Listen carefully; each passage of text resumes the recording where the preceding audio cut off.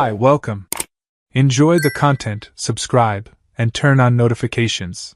Daniel woke up that Tuesday with the same feeling he'd been carrying for weeks. Something was off, but he couldn't quite put his finger on it.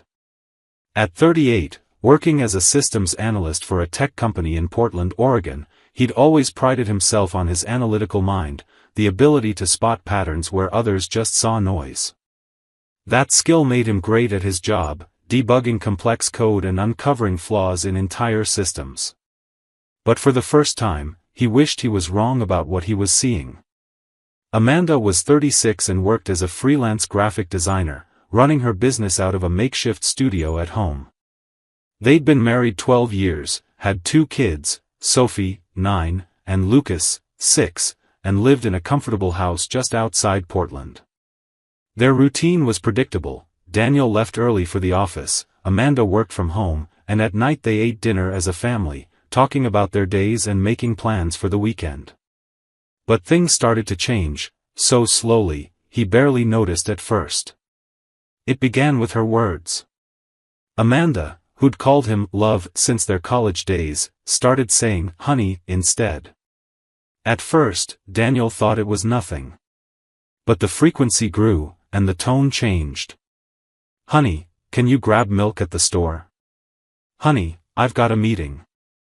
Good night, honey. Never love anymore. Never that warmth. Daniel started noticing other things. Amanda began dressing up more carefully, even on days she was just working from home.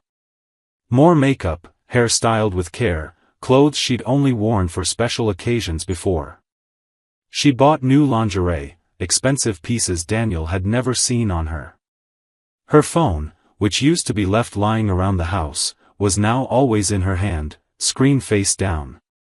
When it rang, she'd snatch it up quickly, step away to answer, whispering low, sometimes locking herself in the bathroom. The physical intimacy between them vanished. Sex became rare, then non-existent. Amanda always had an excuse: headache, tiredness, her period that seemed to last forever. Goodnight kisses turned mechanical, quick pecks on the lips, no warmth. Daniel tried talking to her, asked if everything was okay. She always smiled, forced and tight, everything's fine, honey. Just work stress. It was Thursday morning when suspicion turned into painful certainty. Amanda left early for a supposed client meeting and left her phone charging on the kitchen counter. Daniel had never been the type to snoop through his wife's phone. Trust had always been the foundation of their relationship. But as he made coffee, the phone buzzed. A notification popped up: Jake, see you at 3 at the usual place. Can't wait. Daniel's stomach dropped. Jake? What Jake? What usual place? He picked up the phone, heart pounding, and did something he never imagined he'd do: he unlocked it. He knew the password, Sophie's birthday, something she'd given him years ago for emergencies, but he'd never used it out of principle. Now, with that message burning in his mind, principles didn't matter anymore. The main messaging app was clean, conversations deleted. But there was a second, more discreet app. There it all was. Months of messages with Jake. Romantic, explicit, full of details about past meetups. You're incredible, I can't stop thinking about you. That afternoon at the hotel was perfect. Daniel felt sick. He scrolled through photos Amanda had sent, intimate shots, and messages where she complained about their marriage, calling him boring. Daniel dropped the phone like it burned. He took a deep breath, trying to steady his anger, humiliation, pain. He wasn't the kind of man who sat around while his life fell apart. He grabbed his own phone and started searching: Private Investigator, Portland, Oregon. He picked a firm with good reviews, called right away, and 30 minutes later was on a video call with an investigator named Raymond. I need concrete proof, Daniel said, voice steady. I think my wife is having an affair. I saw messages on her phone, but I need something solid. Raymond listened carefully. Understood. I'll need her full name, recent photos, her daily routine, license plate. We start today. I've got a team ready, experience with urgent cases. With the meeting scheduled for this afternoon, I can get results fast. Usually takes a few days to get clean, admissible material. The next 3 days were the longest of Daniel's life. He kept up his routine like nothing had happened, chatting casually with Amanda, who kept calling him honey with that cruel distance. He watched everything, the way she smiled at her phone, the sudden exits for meetings, the expensive perfume she wore on certain days. On the third day, Daniel received a plain brown envelope at work. He locked himself in an empty conference room and opened it with shaking hands. Inside were high-res photos and a flash drive with videos, plus a detailed report. The first photos showed Amanda meeting a young man, early 30s, tall, dressed in casual business attire. They met in front of a discreet boutique hotel. The following photos were more painful, Amanda and the man walking and holding hands, his arm around her waist. Photos of them leaving hours later, clothes disheveled, hair messy. Daniel plugged the drive into his laptop. The video showed Amanda and the man in the hotel parking lot. Then he pulled her close and kissed her. Not a quick peck. A long, deep, passionate kiss. Amanda melted into his arms, her hands climbing his neck, body pressed tight. Daniel paused the video. He couldn't watch any more. Hot tears came, but he wiped them away quickly. He read the full report. The man's name was Jake Lawson, a copywriter who occasionally hired Amanda for projects. That's how they'd met, about 4 months ago. Raymond had documented at least 6 meetings at the same hotel, always during business hours. The report included timestamps, GPS data, and documentation suitable for court. Daniel put everything in his backpack. Opened his browser and searched, Divorce Lawyer Portland, Oregon. He spent the afternoon reading up on divorce laws.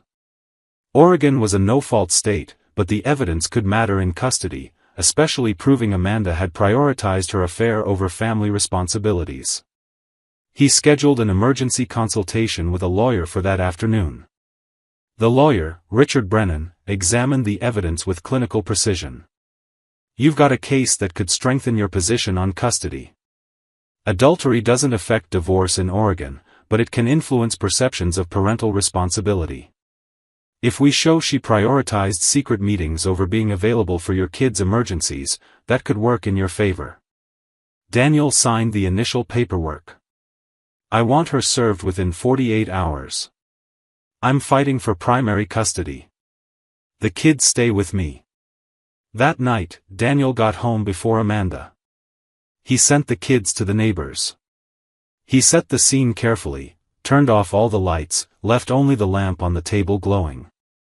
Spread the photos across the table in chronological order. Connected the laptop to the TV and paused the first video on the frame of the kiss. Then sat on the couch and waited. Amanda arrived at 7:30 p.m. Honey, I'm home. Did the kids eat? Daniel didn't answer. Amanda walked in, reached for the light switch. Nothing happened. Daniel had flipped the circuit breaker. Honey, the lights aren't. Her voice died as she saw it. The photos. The laptop. Daniel sitting there, arms crossed, face like ice. What is this? Amanda stammered.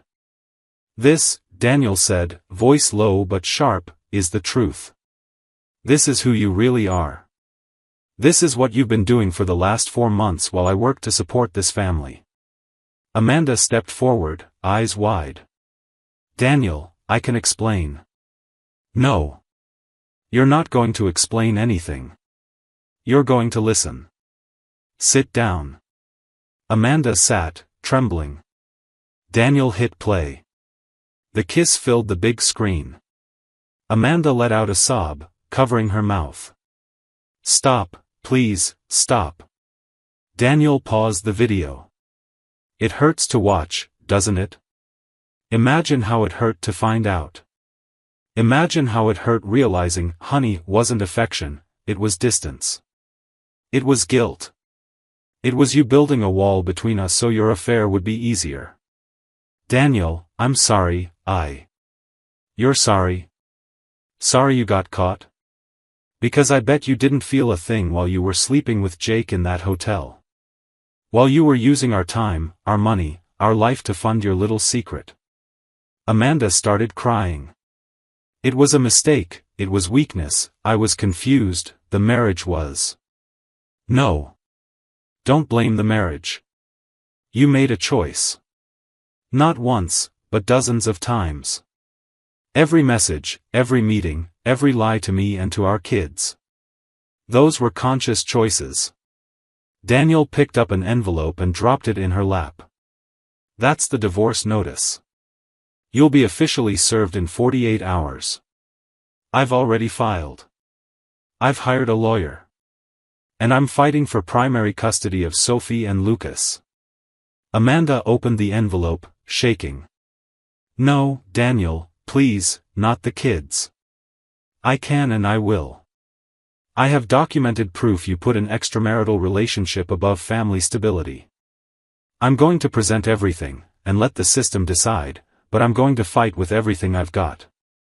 Amanda dropped to her knees, sobbing. Please, Daniel, I beg you, we can fix this, therapy, I'll end it with him, please don't do this.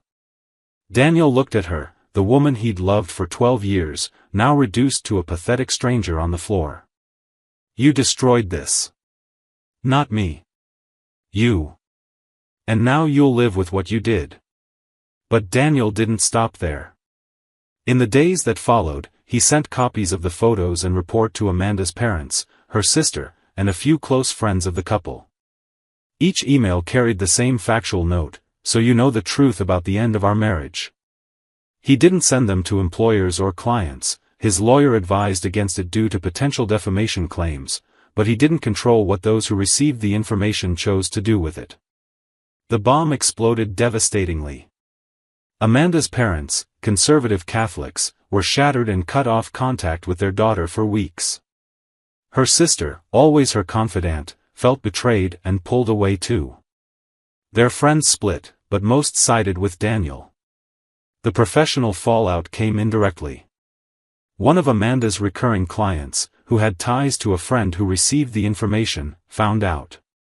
Concerned about her emotional stability and possible conflicts of interest, he cancelled the contract he'd been negotiating. Other clients, noticing Amanda was going through a messy divorce, started looking for other designers. Her freelance work dropped sharply over the coming weeks. Jake Lawson didn't escape unscathed. Daniel found out Jake was married. He reached out to Jake's wife, Heather, and shared the evidence. Heather was devastated but thanked him for the honesty. She confronted Jake and filed for divorce the next day. Heather, in her own pain, sent copies of the evidence to Jake's colleagues at the ad agency. The info reached management, who launched an internal investigation. Though there was no conclusive proof of misuse of company resources, Jake's reputation was tarnished. He resigned 3 months later, citing pursuing new opportunities. When Amanda tried reaching out to Jake for emotional support, she found he'd blocked her everywhere. Jake was trying to save his marriage and career and didn't want any connection to the scandal. Amanda was completely alone. The divorce dragged on for months. Mediations, preliminary hearings, psychological evaluations. Daniel presented all the evidence, the pattern of lies, the use of joint funds for the affair, the prioritization of meetings over parenting duties.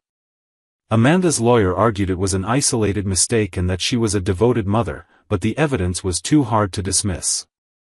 After 6 months, the judge issued his ruling. Daniel was granted primary custody of Sophie and Lucas, with Amanda entitled to visitation every other weekend. The judge ordered supervised visits for the first 3 months, until a follow-up evaluation confirmed Amanda had established a stable and appropriate environment for the children.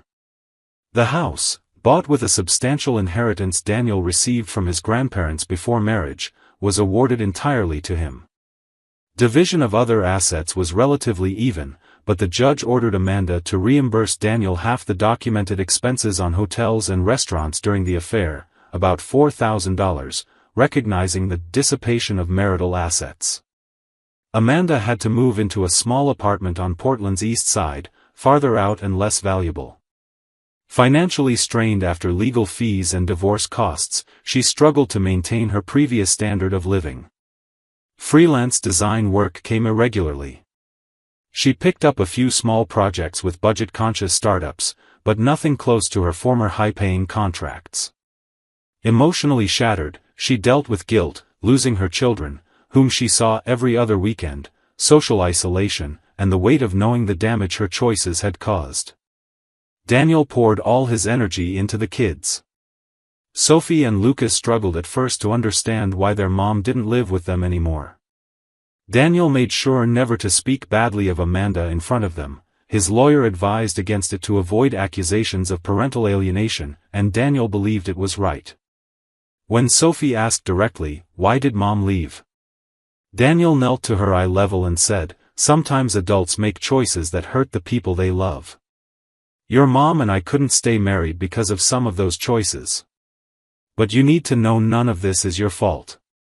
You're loved by both of us, and you'll always have me here, every day. Always." In the months that followed, Daniel rebuilt his life piece by piece. His job stayed steady, and 6 months after the divorce, he got a promotion after successfully leading a complex system migration project. Nights were for the kids, dinners together, homework help, backyard play, weekend movies. He hired a trusted babysitter for times he needed to be at the office and the kids weren't in school. Slowly, a new normal settled in. Daniel also started taking better care of himself. He returned to the gym 3 times a week. Reconnected with old friends. Began weekly therapy to process the betrayal, the anger, the grief for the marriage he thought he'd had. His therapist helped him understand that Amanda's affair had nothing to do with his shortcomings, but everything to do with her own unresolved issues. That brought some peace, even if the scar remained. Amanda tried reaching out several times in the first few months, long messages apologizing, begging for a second chance, promising change. Daniel read the first one, feeling pity and indifference. After that, he blocked her personal number except for court-ordered co-parenting app communication about the kids. He had no interest in reconciliation, friendship, nothing but ensuring Sophie and Lucas grew up safe and healthy. About 10 months after the divorce, Daniel was at the grocery store with Sophie and Lucas on a Saturday morning. The kids were excited picking out cereal. Daniel was smiling when he turned the cart down the dairy aisle and saw Amanda across the way. She looked noticeably thinner, dark circles under her eyes, dull hair, simple, worn clothes.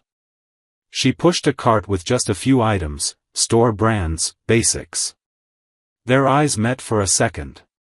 Amanda opened her mouth like she was going to say something, but Daniel simply turned the cart and walked down another aisle. "Dad, we forgot the milk," Sophie said. "We'll get it later, sweetheart," Daniel replied calmly. "Let's look at the fruit first." The kids chattered happily, oblivious to the tense moment. Daniel didn't feel anger seeing Amanda. No satisfaction in her fall. No real pity either. Just complete emotional distance, as if he were looking at a stranger. And that, he realized, was the true end. When someone you loved deeply becomes just another anonymous person in the grocery store. No anger, no sharp pain, just indifference. Amanda had become a figure from the past, a lesson learned, a page turned. That night, after putting Sophie and Lucas to bed, Daniel stepped outside with a beer. Sat in the wooden chair, watching the first stars appear over the Portland sky.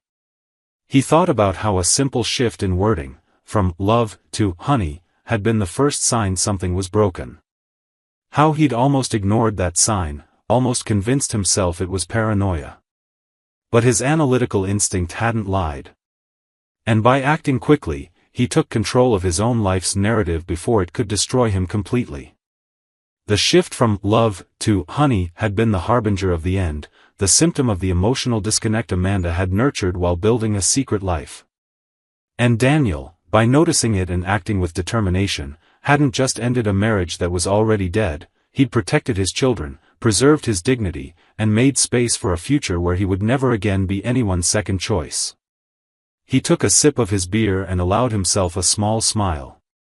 Not a smile of complete happiness, the scars were still there, but a smile of survival, of resilience, of hope. Sophie and Lucas were safe. He was rebuilding.